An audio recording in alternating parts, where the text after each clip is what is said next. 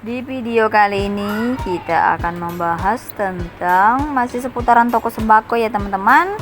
Sudah 5 hari tidak membuat video karena kesibukan. Jadi kali ini kita akan membahas lagi tentang topik apa sih penyebab warung atau toko sembako bisa bangkrut. Nah, jadi buat kalian yang sering nonton, jangan lupa dipencet tombol merahnya dan subscribe. Yang pertama, penyebab usaha kita itu bisa bangkrut, toko sepi berkepanjangan ya. Jadi omset di toko itu terus menurun drastis. Biasanya dapat 2 jadi 1,5, jadi 1 juta, jadi 500 sampai 0. Nah, hal ini kalau terjadi ini sangat berbahaya sekali ya teman-teman. Omset yang terus menurun drastis itu atau toko kita sepi berkepanjangan itu sangat berbahaya untuk kelangsungan toko kita. Karena kalau hal ini terjadi terus-menerus, otomatis perputaran uang di toko itu kurang lancar ya, kurang cepat ya teman-teman, karena toko kita sepi. Jadi kita sebagai pemilik toko atau pemilik warung harus punya ide kreatif bagaimana caranya untuk menarik konsumen itu untuk belanja ke toko kita, baik konsumen baru atau konsumen langganan kita atau terus menjadi pelanggan setia kita.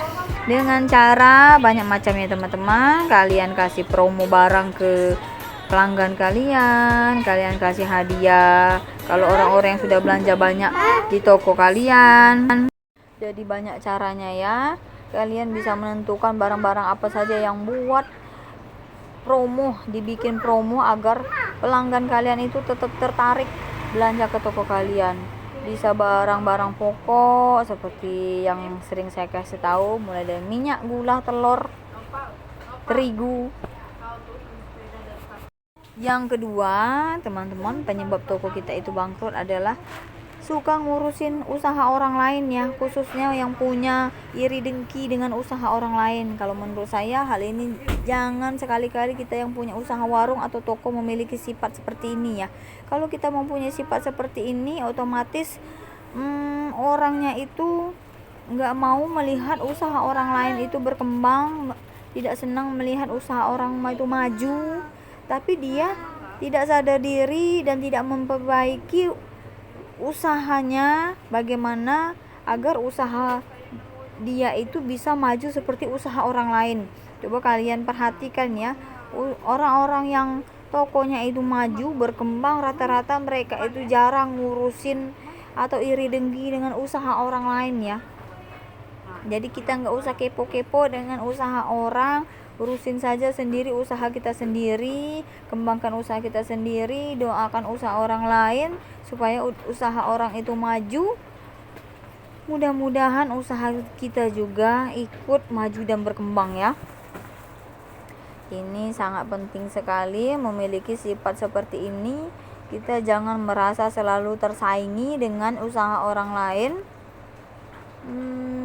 karena rezeki itu sudah tertakar dan tidak akan tertukar ya. Yang penting kita maksimalkan ikhtiar dan usaha kita. Yang penting kita terus bergerak. Dengan kita bergerak dan berusaha, pasti akan ada hasil yang dicapai ya teman-teman. Terus yang ketiga, poin yang terakhir adalah memulai usaha dengan modal yang riskan atau berbahaya ya. Ini untuk toko pemula atau warung pemula wajib digaris merah ya, digaris merahi yang poin ketiga ini, karena yang namanya kita usaha, kita nggak pernah tahu bahwa pada saat kita mulai usaha itu usaha kita akan maju dan berkembang. Pasti harapan kita usaha kita itu pasti mau maju dan mau berkembang, tapi pada kenyataan dan faktanya kadang-kadang tidak sesuai dengan harapan.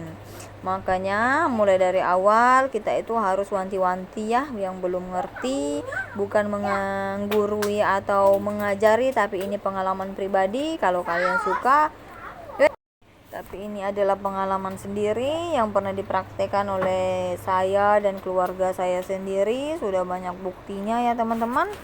Kalau bisa usaha itu mulailah dengan modal yang kita miliki sendiri, walaupun kecil tapi Nggak perlu awal-awal modalnya mesti harus sekian ratus juta, sekian puluh juta. Kalau ada modal yang besar, apa salahnya? Tetapi kalau kita cuma memiliki modal yang kecil, coba maksimalkanlah modal kecil itu. Bisa kalian kerja dulu, terus nabung, baru buka usaha. Bisa kalian pinjam ke saudara, pinjam ke keluarga, ke teman. Nggak ada yang mungkin ya. Mungkin banyak orang yang siapa sih yang mau kasih pinjam modal kalau nggak bank. Kalau kalian hanya berpikir seperti itu, bisa jadi yang terjadi di kalian ya memang kenyataannya seperti itu, tapi cobalah berpikir di luar, out of the box ya. Yang penting jangan lupa doa.